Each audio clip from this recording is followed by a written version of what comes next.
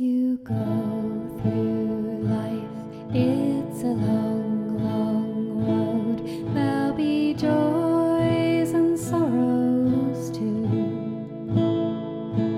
As we journey on, we will sing this song for the boys in royal blue. We're often partisan. We will journey on. Oh, so keep right on till the end of the road. Keep right on to the end. If you're tired and weary, still journey on till you come to your happy abode, where all your love and your dreaming of will be there at the end of the road.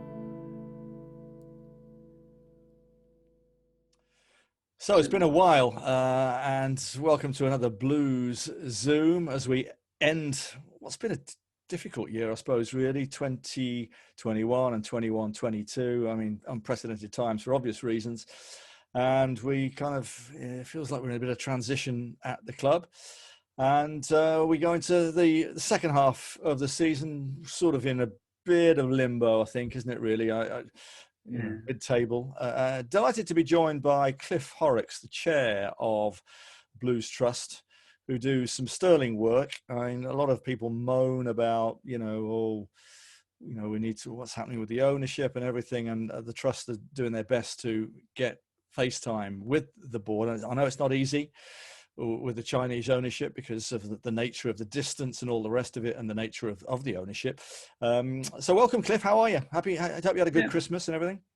Yeah, good Christmas, thanks, and Happy New Year to everybody. It's soon on us, isn't it? Another half day away, and we'll be trying to celebrate that. So that's good. No games. Peterborough off. Fulham off, which is probably a blessing in disguise the way things have been going. But yeah, not beaten over Christmas.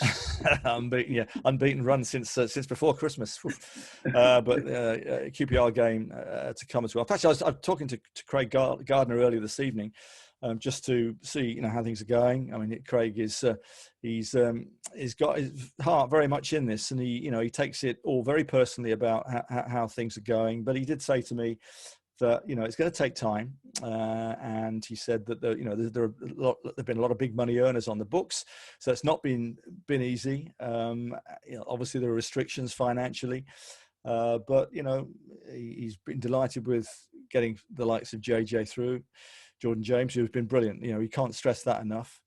And I think if the more young players that can come through, it's got to be the way forward, hasn't it? Really, it's always been part of Blues DNA over the years. You go back, Cliff, our time as fans. When we had the great youth sides of the '70s and all the players that came through that, and we do hope that. But he did say, Craig, that it's going to take time. There's no magic fix here, so they're trying to settle the club down.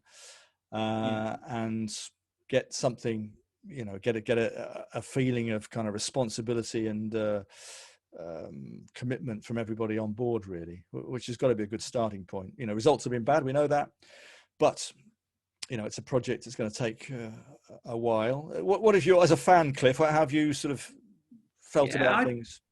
Yeah, I think. I think we get into this, we're going to be great and we're going to be rubbish sort of mentality, don't we, as fans? But I think at the start of the season, or before the season started, a sort of mid-table consolidation year, I think everybody would have been happy with that. It would be lovely to be going for the playoffs and things like that, but a consolidation year when relegation wasn't threatening, I think, was really where the club could legitimately want to be. You can get a surprise and play really well and get up there. But I think mid-table is where I expected us to be at the start of the season.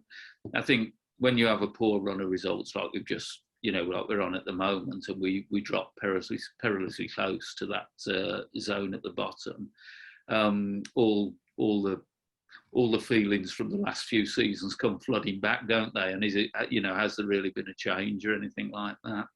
Yeah, I think moving forward a bit, the sort of equidistance between the playoffs and the bottom. Yeah. You just got to be careful, haven't you? In the new year, you don't want to get a couple of more bad results and get sucked down towards the bottom, because that's right. I I think there's a couple of teams with points deductions which obviously help us out at the moment. From I don't know if you saw it, but I was staggered. I saw the Bristol City figures that came out today. I think it was wages to turnover 212%. I mean, that is staggering, isn't it? I don't know do you know what the Blues the wages to turnover is over at the club at the moment? I don't know what it is exactly at the moment. It did get close to 200 at one point a few years ago. But I think it's about 110, 120% the Blues. Yeah, well, that's manageable. I mean, Reading's has been up to 230. I just saw the Bristol City one. I thought, wow, that is they're losing 40 million a season. I think it is. I know Steve Lansdowne has got deep pockets, but you wonder how the football league look at that. But I mean, thankfully, Blues sold Bellingham for a lot of money, and that's helped. So let's get on to the Blues Trust thing now. The last time we spoke, you hadn't really made that many inroads with the board, and where are we at the moment? What kind of dialogue do the Blues Trust have with the Blues at the moment, the board? I'm pretty optimistic as we speak at the moment. Since Mr. Wren left the club, then people have been a lot more willing to have a chat and things like that about how we move forward, and and are a little bit more open than in the Wren era, to be perfectly frank. Did you ever meet Rendon? I met him once at his secret meeting, when he had that secret meeting with some of the fans, and so I did meet him the once. He was very much the man on the tiller, wasn't he? I spoke to Darren Dean some time ago, after he left, and all under a cloud really, and he said to me, there's only one man that runs this club. He didn't need to say who it was, but he's gone now. So can you tell us, who's your go-to man now? I was in the boardroom recently, and it was interested to see there was a picture of Zhao Wenqing. That's not Mr. King, Zhao, who's the chairman of Birmingham City, the sports holdings, and the top man on the board, if you like. His picture is hanging in the boardroom where Jack Wiseman used to be, and where the picture of the League Cup winning side used to be before it was smashed by a certain person in a temper. We've just mentioned his name, won't say who it was, but so who do you deal with then when you? Yeah, I guess my go-to is Ian Dutton at the moment, who is what they've got there is they've got the people that are in charge of their departments, and I think Edward is there on quite a full-time basis as well. Yeah, well, Edward's at the club. I mean, Shane. I mean, there's the four-man board, isn't there? Zhao, Edward, Shane, and. Who's the other one? It's Chung Kong Yu, is it? Somebody who's not so well known. But so you deal with Edwards at St Andrews. I know Shane is the main guy at the training ground, pretty much. Okay, yeah. And so I mean, I've met Edward a couple of times. I guess my go-to person is Ian Dutton at the moment, who he was commercial, but he seems to have. He seems to touch all areas of what's going on, to be fair, especially when we did the fans forum. He seemed to be, fending the stuff across a lot of areas, if you like. And so he's my go-to at the moment. And we've had a couple of really good open meetings about trying to build a relationship, which I'm enjoying, if you like. Yeah. Sorry, Cliff, to interrupt. When you say have an open meeting, are any of the Chinese involved in that, or is it just Ian? No, not at the moment. I guess and then Ian got COVID just before Christmas, Oh, so did he? I didn't know that. we're waiting. Yeah, and I think the thing that's brought it about is that there is a willingness with the people at the club to try and engage more, and I think there's a definite willingness there now, which is good news for fans. Yeah, who are you hoping to get in front of then, and what do you think is possible? Yeah. So if I give you, I'll just take a step back and say one of the biggest things that's going on with the trust at the moment is we were heavily involved with the fan-led review, Tracy Crouch's report, and so one of the items that I'm taking to the club is, this is what's in the fan-led review. Do you want to be early adopters, or are you going to sit at the back and fight it, and those sort of questions really. And to be fair, I'm not expecting any answers straight away, because they need to really have, digest it and have a think about moving forward with that. And so I'm hopeful that in the very near future that, I'll see them. I did have an appointment to see the whole management team with it. But because of who the management team as in? Well, I don't quite know. I was going to turn up and see who the management team were, if you like. My guess is it's Edward and some of the heads of departments. Yes. Yeah. But, Edward's the kind of bridge between. He seems to be the man. I mean, Zhao is the guy you'd love to get in front of, really, because he's sort of the man. He's really the link to the Far East, isn't he? Yeah, and I think I just think he's probably got a personality. I haven't met him. I think he's probably got a personality that he would always want to stay in the background. He hasn't got a wren about him or anything like that. And so he would always want to be in the background, I think. But so we're really hopeful that we'll make some really good progress with talking about the fan-led review. I mean, there's other issues. We've sort of gotten the meetings I've had so far, we've sort of got an agenda of a number of items that we need to go through in some detail, from the ground, and everything else. Yeah. But to be fair, I put fan-led review at the top of the agenda to understand it and try and get the club engaged in, what going early. Cliff, really. is the one thing that people would say, yeah, that needs to be done at Blues from the fan? What's the one standout thing that might lead to something? Oh, this is going to change. Well, my view is the supporter engagement, which is high in the fan-led review, and if we assume that the independent regulator comes in and it all does become law, and we're probably a year and a half off that, I would guess, but if you assume that's the case and people need to get ready for that, then one of the recommendations in there, one of the recommendations is that every club has to have a shadow board made up of supporters, and this is about business of the club, not on the pitch. It's not about picking who's going to play next week and who you're going to sign. Yes. It's about the business of the club. And the whole thrust about the fan-led review is how unsustainable the game is and the pyramid is because of the financial risk clubs take. That can lead, it does lead to most of the clubs actually in the Championship being at the whim of the owners, really, rather than sustainable financial management over a period of time. And so the whole thrust of this is to get some sustainability into the financial management of football. So there's a number of recommendations in the review around that, and talking about that with the club, but I think will be really helpful. And it's somewhere we haven't been with the club before, because these have been confidential matters that they won't talk about. Well, if it's been passed, if there's the government's behind it, it should make it easier for you.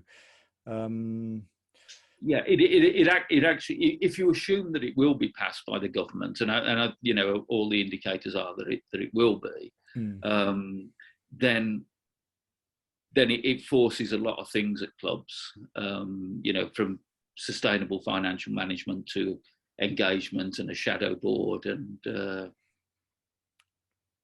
Yeah. You know, and the thing about the golden share. So the recommendation is that there's a golden share, and you know, supporters group that's properly constituted and monitored by the FCA and things like that. And so the trust is obviously the supporters group that I feel should have the golden share, and we're working on that. To be a member of the trust, is it free or do you have to pay? No, there's a £5 a year subscription, or £5 a year for 5 years. Yeah, which is okay. We always think we need a subscription because, you know, it's not a vast amount of money. No. People can, you know, just about everybody can afford that, and so we do want to keep it on a subscription basis. Yeah. How many do you have at the moment? At the moment, there's probably, it's about 320, 330 paid up members, and then followers who you can just get all the emails and everything. And there's around about 1,000 of those. But then on social media, you know, I guess our hit rates, you know, 3,000 or 4,000. Yeah. It does sound low, if you don't mind me saying, Cliff. I mean, a club like Blues, why is it so low? I mean, if you ever ask me, you know, what is a typical Blues fan? You know, there's a certain amount of, not apathy, but it's kind of, this is us. You know, we don't read and make a fuss. You know, nobody makes a song and dance about anything, unlike the people up the road in the other part of Birmingham. You know. Yeah. And I think that probably doesn't help in this case, does it? There's a kind of, you know, people, oh, do we need to do this really? We don't moan, we just get on with it and accept our lot. How can you change that with a fan base? Because 300 is really not enough. Oh no, it's a low number, and yeah, the number needs to be in the thousands for it really, you know, for us to sit here and now listen to this voice, you know. Yeah.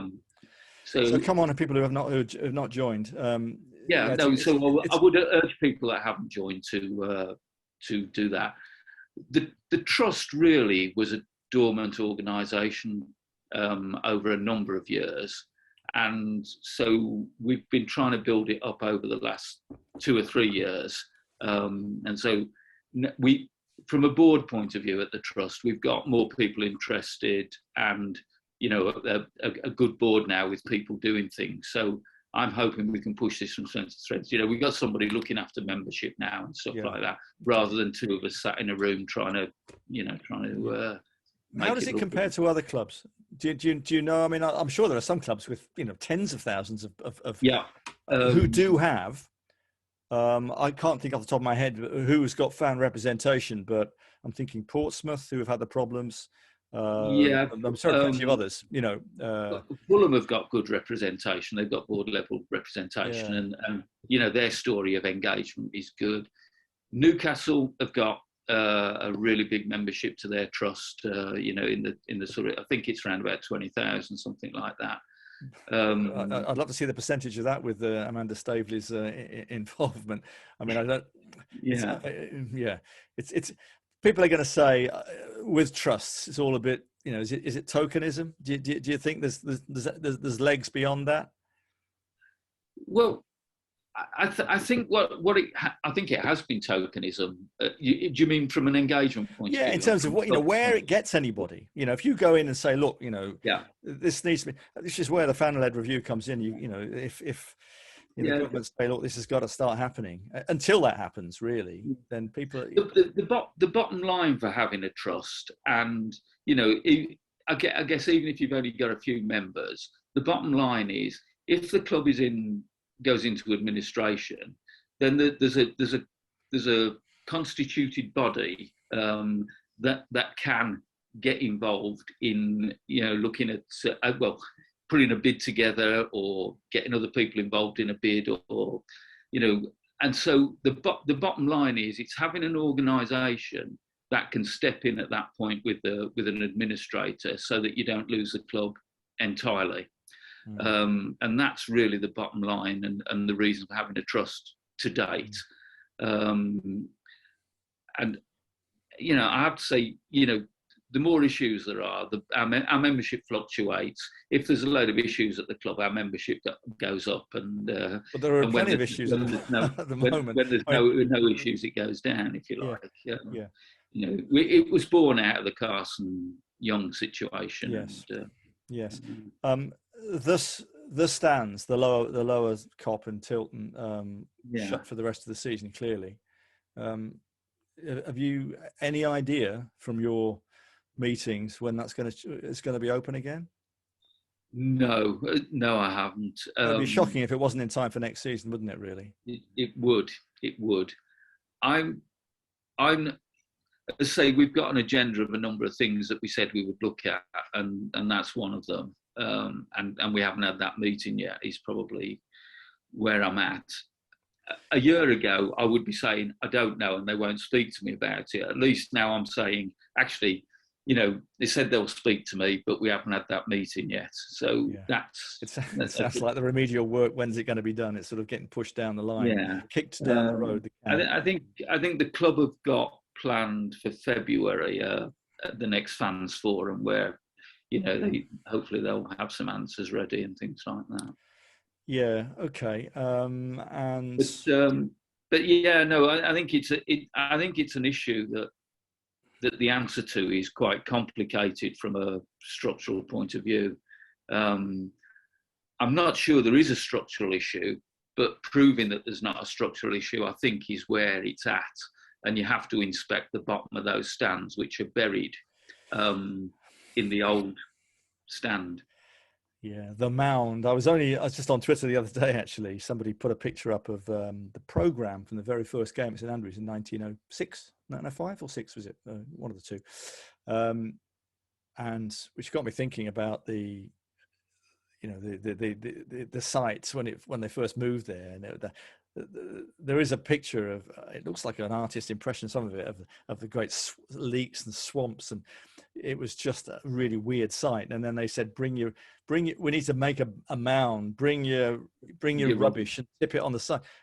That's there. That's what it's built on. Yeah. I mean, no wonder it's all going rotten. 100 years later, it's probably just a load of, festering. No wonder all the bolts are rotting, because that's what it's built on. Yeah, but as well as it being built on that, the old stand is on top of that, underneath it, because the old terrace was just broken up and left in place, and the stand's built over it. So yeah, they didn't move it, did they? I think it was they didn't want to. I won't say who. But yeah, it was just it is some rubbish built over the top of that.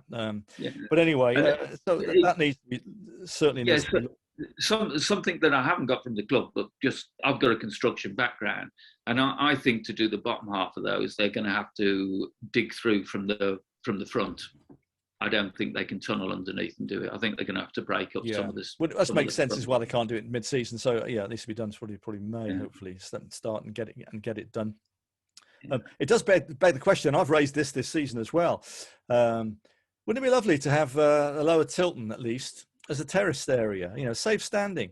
What an opportunity to do it now. There's no seats in there. It's absolutely rife for doing.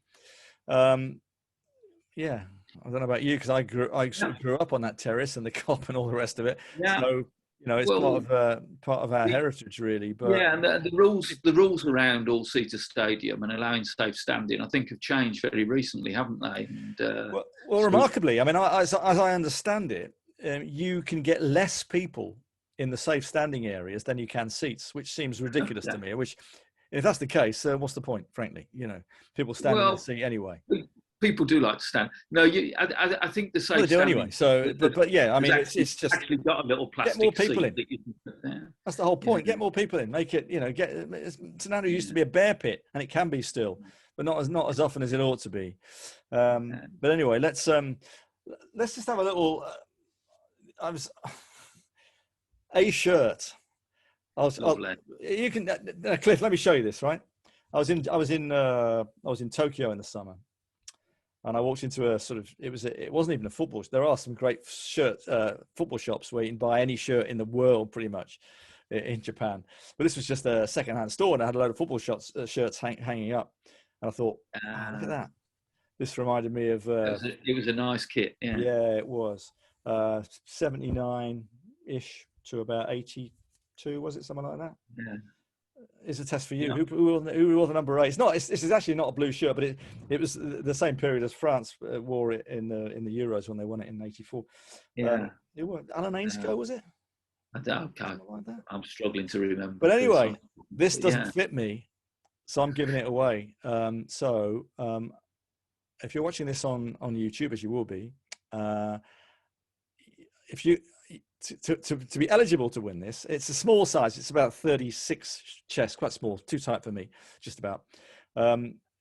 If you can subscribe, you have to subscribe and answer a question, then I'll pick somebody at random, and this is disappearing already. There you go. I'll post this off, and you wear it price. It's a great shirt. It's from the 80s. It's a vintage Adidas shirt. I thought the question, I was looking at Twitter today, Cliff, and it was just, I don't know where, it was one of these retro football sites with a picture of Mark Dennis and Davy Langan from around that period.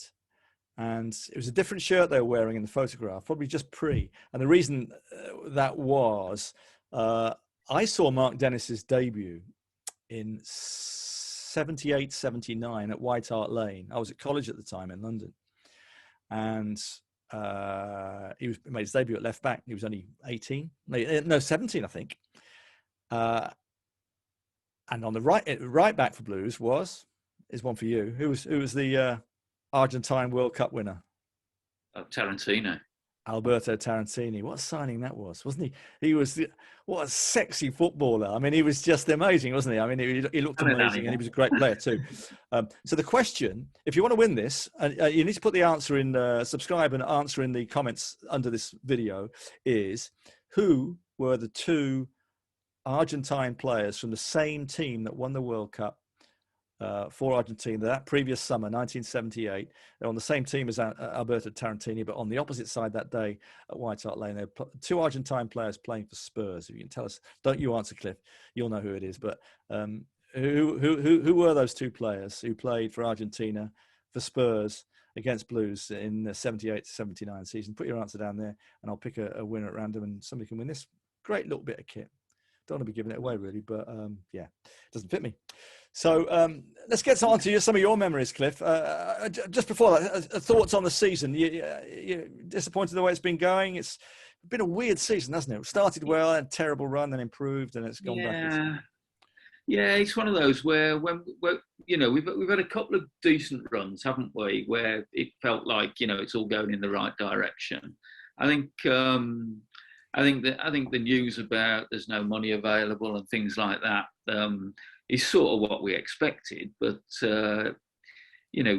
with losing McGree and Chong, it does feel like we're really thin on the ground, and so I worry a little bit that we're so thin, and we have to perform at 100% to get stuff out of games. So it's a hard slog for the guys out there, and presumably the manager. It's a hard slog for him to keep getting that out of the guys week after week. Hence, we dip occasionally and come back. I'll be happy with a mid-table finish. I think it's capable. My view is that Bowyer's the right man for the job, and he's a good fit, isn't he? I always think he's meat and potatoes, man. He's he kind of gets the fan base, and he is no nonsense. He's very Blues in that respect, isn't he? It's just let's get on with it. No airs and graces, and if it goes well, you can see the snowball, can't you? The potential one. Yeah, it does feel like we're waiting for that snowball again, doesn't it? Yeah, but you need momentum. You need momentum. Yeah. I meant to mention earlier that I did speak to Craig Gardner earlier today on the phone, and I asked him about, there isn't much money to spend, but Loney potentially, he said, Loney's the window's about to open. So and Craig is well connected because he got Chong in with his mate Fergus. What's his name? Man United. So he will hopefully get some faces through the door, and I think in this division, that's very important to there's so many Premier League clubs, although obviously with the COVID thing at the moment, clubs are going to be a bit more wary of keeping everyone on board. But if anyone can do it, I think Craig can get some players through the door. So Plymouth in the Cup, that's a banana skin. Potentially, they're a good side, Plymouth, and they'll bring a lot to St Andrews as well. But a cup run would be nice, wouldn't it? Yeah, no, cup run would be great. One of my sort of concerns is the sort of disillusionment of a lot of Blues fans at the moment, and I think if you look at how many tickets have been sold for the cup game, it's probably frighteningly low at the moment. Well, and as you say, Plymouth will bring a load. It's disheartening at the moment, and I always want to say, well, let's rally the fans and get it going, but it's hard. It needs a good run on the pitch for that to start. Yeah, Blues are a funny club. They've always been, very dear to our hearts, and you can never really quite. You always expect the unexpected with Blues, but it's what draws us kind of, doesn't it? We're a kind of contrary club, always have been. And I mean, longer term, I've got a certain amount of optimism because I think with Bowyer there on that side of it. And I have to come back to the fan-led review, has got a timetable, probably at the same sort of thing as the improvement hopefully in the team and, more success and hopefully promotion. It feels like those two timetables can run together. So, get the back office in shape at the same time as better things on the pitch. And, we've been at the bottom of a trough for a long time now, and 10 years, isn't it? 11. This is our 11th season since the relegation. It's gone quickly. If this season is that green shoots or the slight turn up and not been fighting relegation, then push on again. I don't know where we will be with the owners in X number of years' time. Here's a controversial. I was thinking about this today, Cliff. And don't take this the wrong way, but would you accept relegation if it meant clearing the decks? New ownership, starting again. No guarantees you're going to come back because you've seen it. Ipswich struggling, really. Sunderland's taken them a while, hasn't it? Pompey. Clubs who have had success in recent times. But would you, and there's a question for the fans as well, and you can put your comments below, would you accept, if it meant new ownership and the Chinese moving out, and we don't know what form the new ownership would be, but could be anything really. But would you accept that? If it meant a reset at the club? I've got to be honest, I would. I think a reset is needed. Sometimes you've got to drop right down. You've got to pare it right back before you can start to build. I know it take a few years, and as Craig Gardner said to me today, it's not an easy fix. But I think against that, there's no guarantees of coming out. League One's getting harder as well. I slightly ducked the question in this sense. Asking me that question last year, the answer was definitely yes. It's all got to be reset and whatever it takes. I'm sort of optimistic that we're in a reset, and but that we'll only see over the next year or so whether that's true, whether there is a different attitude, coming through from, I won't say coming through from the owners, but at the club, with the owners allowing a bit of a reset, and there'll be a force or a legislative requirement to be more open. That may not suit the owners, and they may try and move on and things like that. I think it's lovely to talk about moving on and a new set of owners that are Blues fans and really got the club at heart and stuff like that. And I think that's possible, but the complexity of getting it out of the situation that it's in ownership wise at the moment it's really complex. I'm sure there's people that would be interested in having it, but walk away because of how complex it is. Yeah. It's lovely to speak to you, Cliff. Just before you go, give me I don't know what your vintage is in terms of when did you first go to Blues? What was your history? You've been there a while. Yeah, my first game was '63, but I can't quite remember Wow. that. That was with my granddad. I had a season ticket in the early '70s was when I really started going, and that promotion season is my vintage time. You know, 72. winning at Sheffield and going down to Orient and yeah. I'll let into a secret. You're a bit older than me. I went to the Sheffield Wednesday one. That was 2-1, wasn't it? Wasn't it? Yeah, Sheffield United it was, wasn't it? Yeah. No, Sheffield Wednesday, wasn't it? It was Sheffield Wednesday away, and then Sheffield United 2-1 up there. Yeah. No, Sheffield Wednesday. It was. I was there at Hillsborough, and then a few days later, it was you were at Hillsborough for the semi-final and the league game. Just before Blues played. Oh, you can help us out now. Anybody of that vintage in the comments underneath it. I think almost certain. I think it was. I went to the Hillsborough semi-final, the Leeds one, when we lost 3-0 to the great Leeds team. You know, when Blues had twice as many fans as they did, but we lost the game comprehensively. And I was back a few weeks later for the last but one league game. Blues needed 4 points, a win and a draw. One at Sheffield Wednesday, 2-1. And the Blues fans took over that cot behind the goal, just about behind the big mound, which is now the big end behind Sheffield Wednesday, and then went to Millwall to Orient on the Tuesday night. Yeah. My mum wouldn't let me go because I was too small.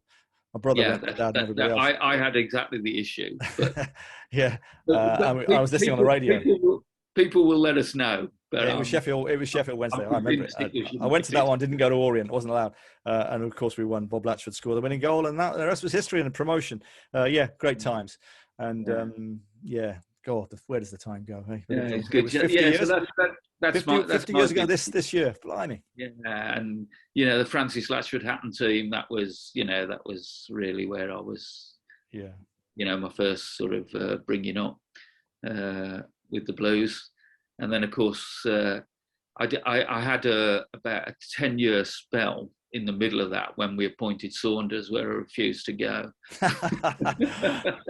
I was playing football on a Saturday afternoon anyway, so I couldn't get to many of them. But it was McLeish going to Villa in reverse, was it? Yeah, Agent McLeish. That was good. Yeah. Yeah. No, but I don't remember Saunders being that unpopular at Blues actually, because we thought he's won the European Cup with them, so he's going to do the same for us. It never happened. And for me, it wasn't actually the fact of having Saunders; it was sacking Jim Smith that I couldn't stomach. He was Jim Smith's team who wore this shirt with the lovely Adidas thing. So just a reminder, if you missed it earlier, so who are the two Argentine players who played for Spurs against Blues? In Mark Dennis's debut, 78-79, Tarantini playing right back for Blues, Argentine World Cup winner.